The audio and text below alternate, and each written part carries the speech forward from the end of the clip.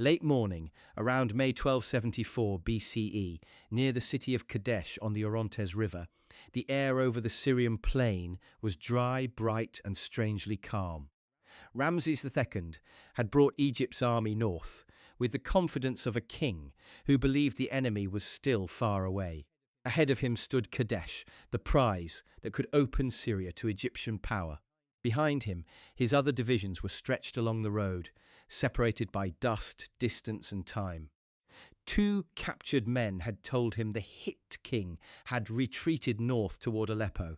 The report sounded useful, and more importantly, it sounded believable.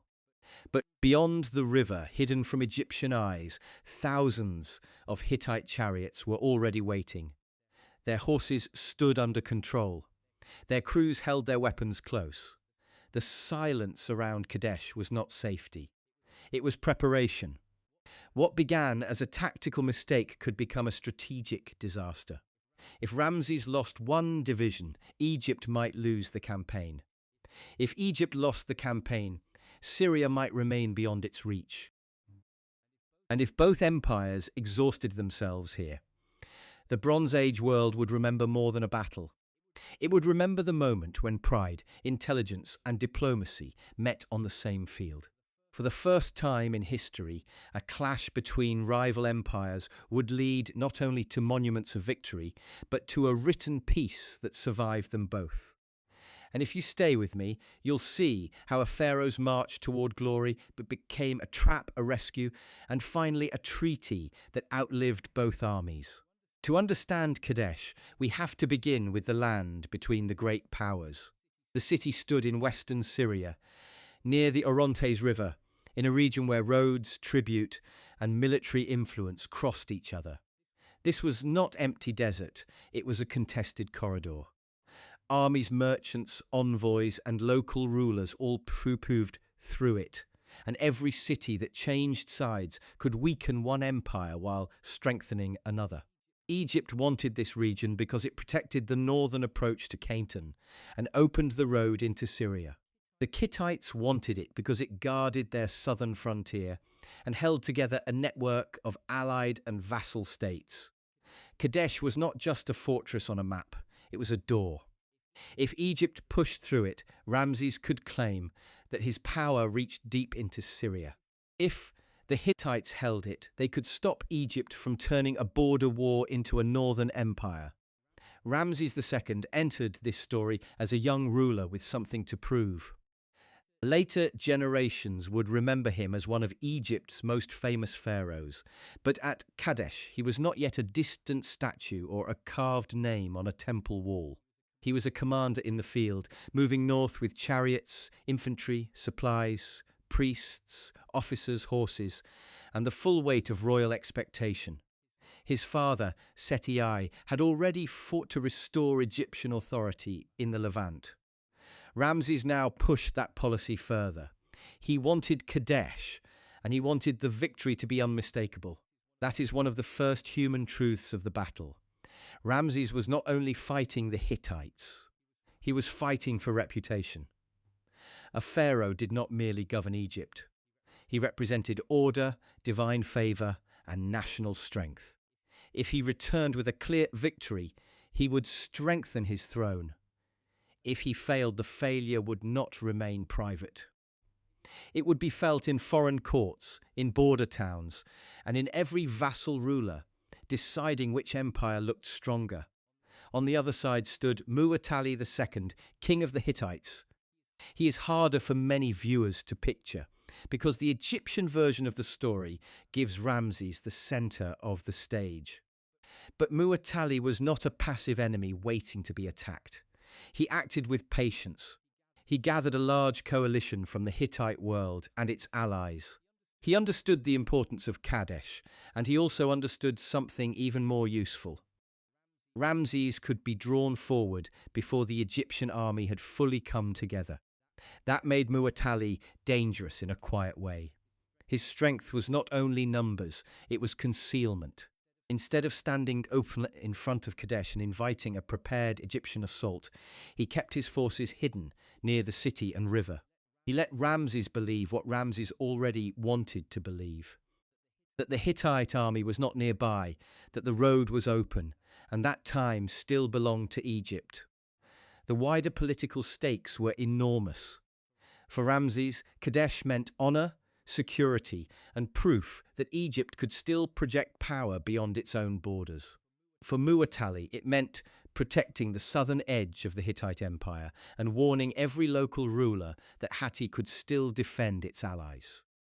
For the smaller states of Syriza, the battle was a signal. Their future tribute, their alliances, and even their survival could depend on which great king looked stronger when the dust settled. This was personal ambition turning into national danger. We should also be careful about the sources. Much of what we know in detail comes from Egyptian inscriptions carved after the battle. These include royal accounts that celebrate Ramses and present him as the heroic center of the crisis. They preserve valuable military detail, but they also serve a purpose. They were carved to honor a king. So when we tell this story, we have to listen to the Egyptian voice, but not surrender completely to it. By the time Ramses approached Kadesh, he was not thinking about modern debates over propaganda or source criticism. He was thinking about speed, surprise, and victory. The Egyptian army moved in great divisions named for the gods, Amun, Re, Ptah, and Seth. But those divisions were not all together. They were spread along the line of march, with Ramses and the Amun division ahead. The battle had not yet begun, but one of its most important mistakes had already been made. The battlefield around Kadesh mattered because it shaped what each commander could see and what each commander could hide. The city stood near the Orontes River, with approaches that could channel movement and create dangerous gaps between marching units. To Ramses, the city appeared as the main prize. To Muwatalli, the surrounding ground offered something better than walls. It offered concealment. A battle is often decided before the first weapon strikes. At Kadesh, the danger came from distance. Ramses had divided his army into columns that could move along the road, but once those columns became separated, they became vulnerable. One division could be attacked before the others arrived. The geography did not defeat Egypt by itself. It allowed the Hittite plan to work. The Egyptian army was probably about 20,000 men, though exact numbers remain debated. It was organized into major divisions named after Egyptian gods. Amun marched with Ramses near the front. Re followed behind. Ptah and Seth were farther back along the route. Each division included infantry, chariot elements, and campaign supplies. Egypt's chariots were among its most important battlefield weapons. They were usually light, fast vehicles with two men, a driver and a fighter, often an archer. Egyptian crews checked wheel fittings, leather harnesses, bowstrings, quivers, and the condition of their horses. A loose strap or cracked axle could decide whether a man survived the first rush. The infantry prepared in a different rhythm. Archers checked their bows. Spearmen lifted shields and tested the balance of their weapons. Officers watched the road, counted men, and tried to keep order in a moving army. Dust, horses, and cooking fires filled the camp as Ramses settled forward with Amun. The Hittite army had a different strength. Muwatalli had assembled a broad coalition, drawing support from Hittite territory and allied regions. Ancient numbers are difficult, but the Hittite force is often described as very large, with thousands of chariots. Their chariots were heavier than the Egyptian type and often carried 3 men. That made them less nimble, but more powerful in a direct charge, especially against troops caught in marching order. This difference mattered. Egyptian chariots were better for mobility and archery. Hittite chariots could hit with weight. If they struck a prepared line, the result might be uncertain. But if they struck a division still moving, still stretched out, and not ready for battle, the effect could be devastating. Muwatalli was not trying to win a fair contest of formations. He was waiting for a broken moment. Inside the Egyptian camp, confidence and unease probably lived side by side. Many men believed the enemy was far away. Soldiers who think they have time act differently from soldiers who expect an attack before noon. Horses are watered. Gear is set down. Men loosen their bodies after marching. Commanders think about the next movement, not an immediate fight for survival. There was also a religious world around every decision. Ramses did not see himself as a secular general. He ruled in a culture where divine favor, royal duty, and military success were tied together. Prayers to Amun and the gods were part of how Egyptians understood danger, courage, and kingship. Later, Ramses would describe his crisis at Kadesh through that religious language. On the Hittites' side, the psychology was different. Hidden troops must wait with discipline. Chariot teams had to keep horses ready without giving away movement too early. Men had to trust that their king's timing would hold. If they moved too soon, Egypt might regroup. If they waited too long, the Egyptian divisions might unite. The Hittite plan depended on patience, and patience can be as hard as courage. Then came the decision that shaped the battle. 2 men were captured by the Egyptians. They claimed to be deserters or informants, and they told Ramses that Muwatalli and the Hittite army were far to the north, near Aleppo. It was exactly the kind of report a commander wanted to hear. It made the road to Kadesh seem open. It made Ramses seem fast. It made the enemy seem afraid or delayed. We should not treat Ramses as foolish in a simple way. Ancient commanders depended on scouts, prisoners, local guides, and intercepted information. A campaign could turn on what one captured man said under questioning. The danger was that this report fit too neatly with Egyptian hopes. Ramses accepted it, and because he accepted it, he did not wait for every division to close the distance. Was that Muwatalli's trap? The Hittite army was close. It was close enough to strike. Ramses had reached the area with Amun, but Re was still behind, Ptah farther back, and Seth farther still. The Egyptian army had not lost a battle yet, but it had lost something more dangerous, a true picture of where the enemy was. By late morning, the first warning did not arrive as a clear report. It arrived as noise. Hooves hammered the ground. Chariot wheels cut through dust. Men shouted from different directions, and the sound moved faster than understanding. The Hittite chariots burst from concealment near Kadesh and drove toward the Egyptian line of march. They were not attacking a formed army. They were attacking the Re division, while it was still exposed, still moving, and still trying to become ready for a battle it had not expected. The Re division had little time to respond. Soldiers who had been marching now had to find ranks. Chariot crews had to turn vehicles, control horses, and create fighting space under pressure. Officers had to shout orders through dust and fear. The Hittite charge had weight behind it, and that weight mattered. A heavy chariot striking a confused column could do what it was designed to do: break rhythm, split men apart, and turn organization into panic. Within minutes, the Egyptian march became a crisis. Some men tried to stand. Some ran toward the forward camp.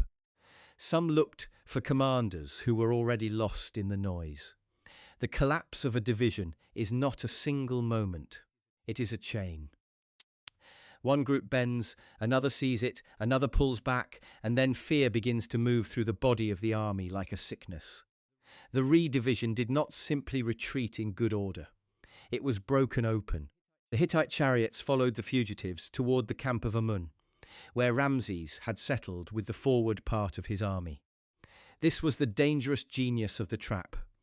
The Hittites were not only defeating Re, they were using the broken men of Re to carry panic into Ramses' own position. Dust rose behind fleeing soldiers. Horses dragged vehicles through confusion. Men who had believed the enemy was far away suddenly saw the enemy arriving with the survivors. By noon, Ramses understood that the report he had trusted was false. The Hittite army had not retreated north. It was here, and it had struck the very gap created by the Egyptian march. Re was shattered.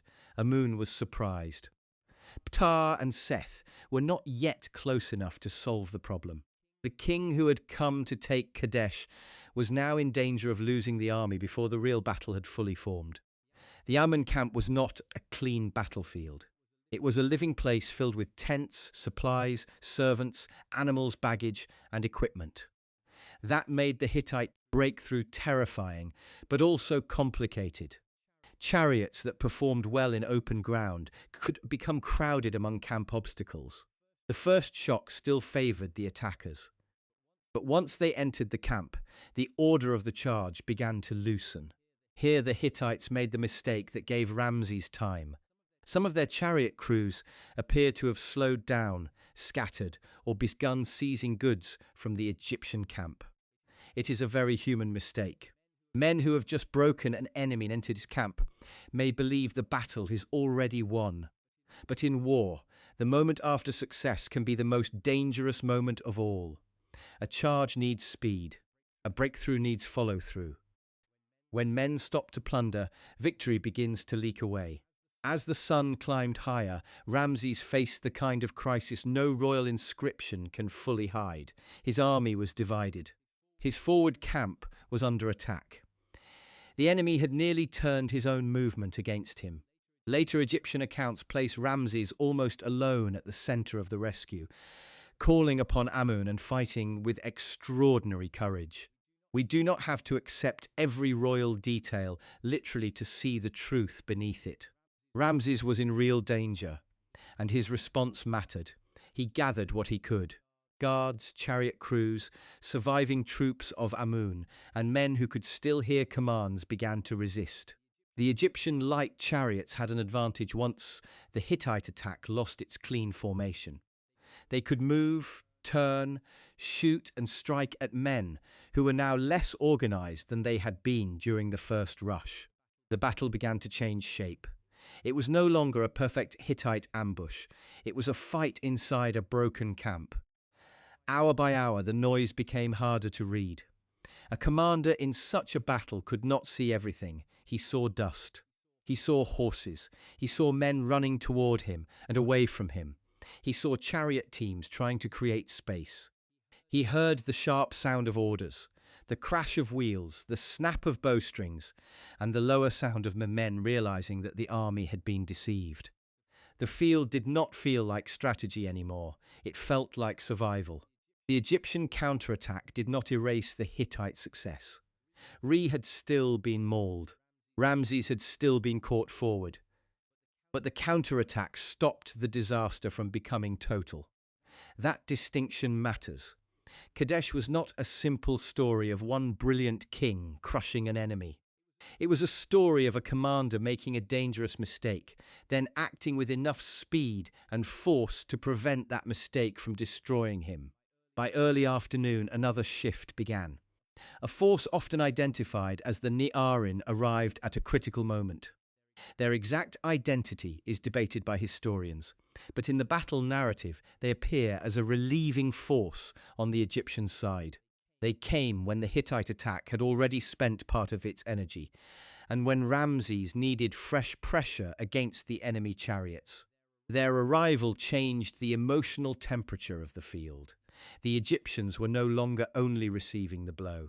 The Ni'arin struck into a battle that had already become unstable. Hittite crews that had expected a broken enemy now faced renewed resistance. Egyptians who had been fighting around the camp saw that help had arrived. In ancient warfare, morale could turn as quickly as fear. One moment men believe they are abandoned. The next they see new troops and begin to believe the line can hold. Not victory yet, but breath, space, a chance. As the afternoon wore on, the Ptah division also came closer to the field. This mattered even if it did not arrive like a scene from legend. A fresh Egyptian division approaching from the south changed Muwatalli's calculation. If the Hittite chariots remained too long near the Egyptian camp, they risked facing more organized resistance. The ambush had worked at first, because the Egyptians were separated. That advantage was beginning to fade. Muwatalli still had power. He had not lost Kadesh. He still held the city. He still had infantry and forces that were not destroyed in the first phase of fighting. But the clean chance to annihilate Ramses had passed. This is one of the great turning points of the battle. The Hittites had created the trap. They had sprung it well. Then discipline, terrain, camp confusion, and Egyptian resistance denied them the final blow. The fighting pushed back toward the Orontes and the ground around Kadesh. Egyptian accounts describe Hittite chariots and warriors being driven into terrible disorder near the river. We have to read those scenes with caution, because royal inscriptions loved images of enemy collapse. Still, there is no doubt that the Hittite attack lost momentum, and that Ramses survived the most dangerous phase. The river, which had helped conceal movement, now marked the edge of exhaustion and retreat. By late afternoon, the battle no longer had the shape either king wanted. Ramses had not taken Kadesh. Muwatalli had not destroyed Ramses. The Egyptians had avoided catastrophe, but the price had been high in fear, disorder, and lost opportunity. The Hittites had nearly won a stunning battlefield success, but they had failed to turn surprise into a decision. Each side could find something to claim. Neither side could honestly claim everything. This is why the climax of Kadesh is so different from the way Ramses later carved it in stone. The climax was not the fall of the city. Kadesh did not fall to Egypt. The climax was the survival of a trapped king and the failure of a great ambush to become a final victory. Ramses lived. His army did not collapse completely, but his campaign did not achieve the clean conquest he had imagined when he marched north.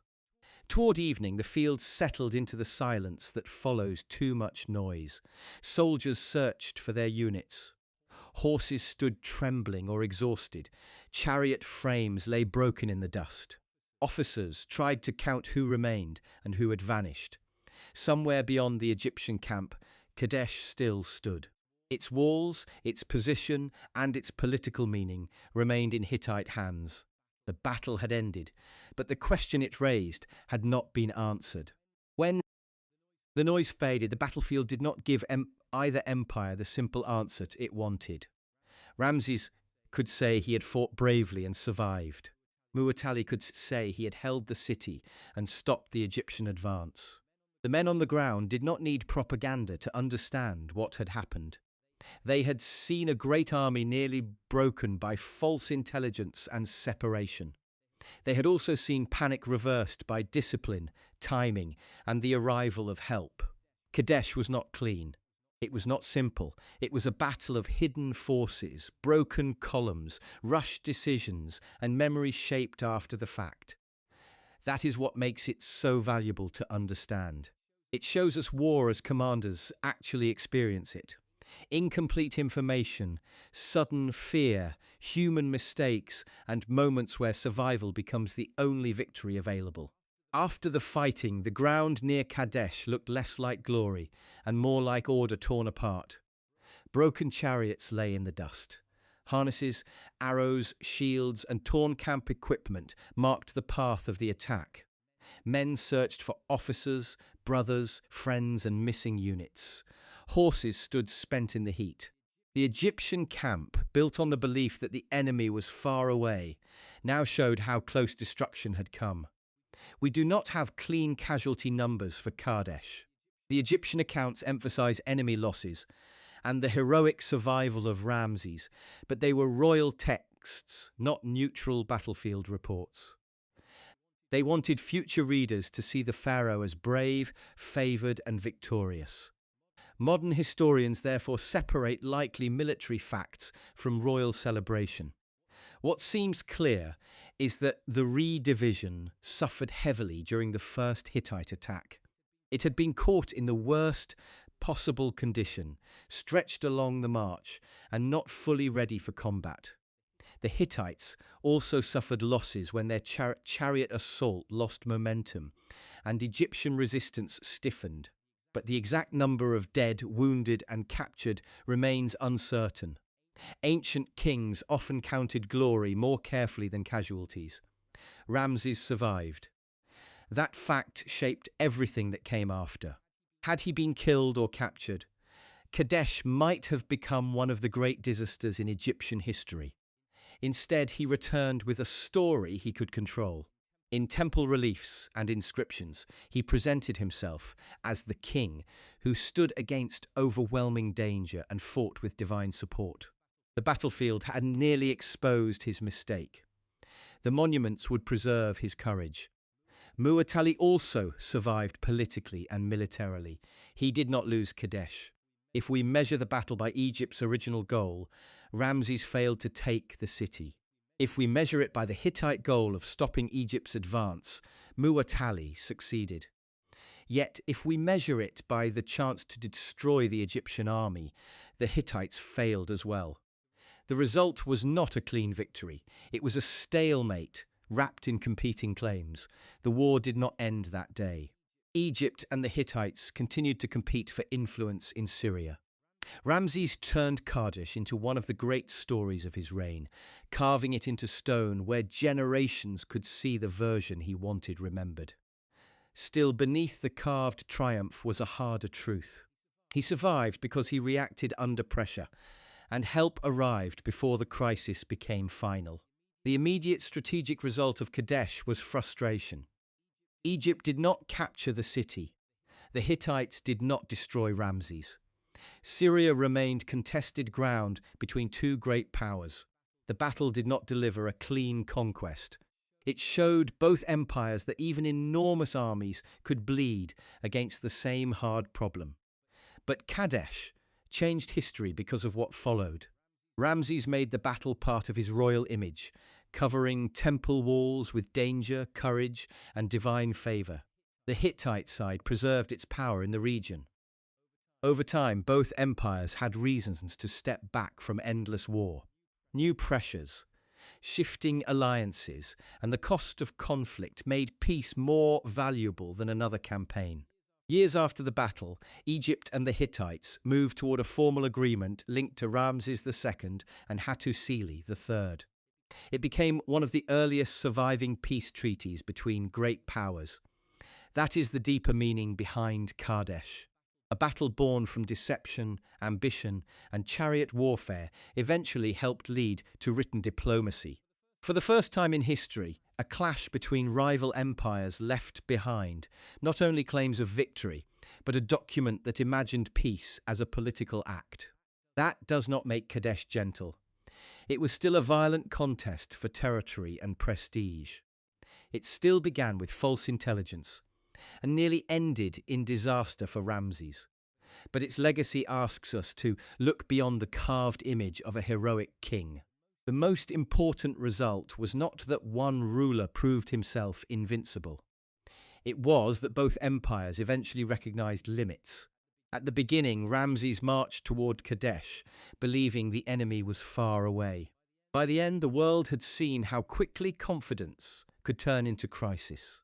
Kadesh reminds us that power can survive a mistake, but it cannot always erase one. Peace often begins not when rulers feel generous, but when they understand the cost of being wrong again. Centuries later, the modern battlefield near the Orontes River is quiet, but the lesson of Kadesh still remains. Sometimes history is changed not by the battle a king wins, but by the disaster he barely survives.